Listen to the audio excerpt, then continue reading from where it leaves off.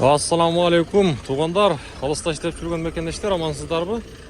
Так маалымат каналыбыздын жаңадан гана көргөн көрүүчүлөрү, жаңы биздин катталуучулар, амансыздарбы?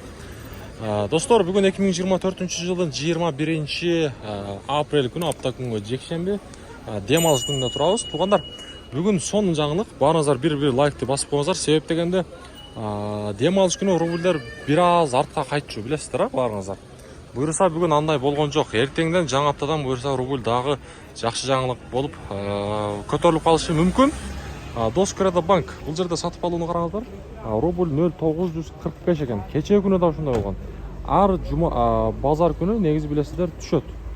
Бүгүн түшкөн жок, кечээ да ушундай болгон. Евро 94.60, доллар болсо 89.00 экен. Доскреdo банк. Бүгүн ноқатта Доскреdo банк менен Капитал банк иштейт. Мына жерде обменниктер деле. Достор, бияк 5 тиын ылдый экен.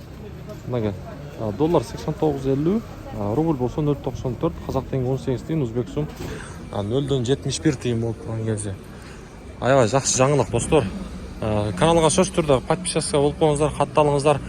Бизден буйруса акыркы жаңылыктарды, так маалыматтарды мына ушул өзүбүздүн так маалымат каналыбыздан көрүп турасыздар. Сөзсүз түрдө катталып коюңуздар, достор. Лайкты да басып коюңуздар.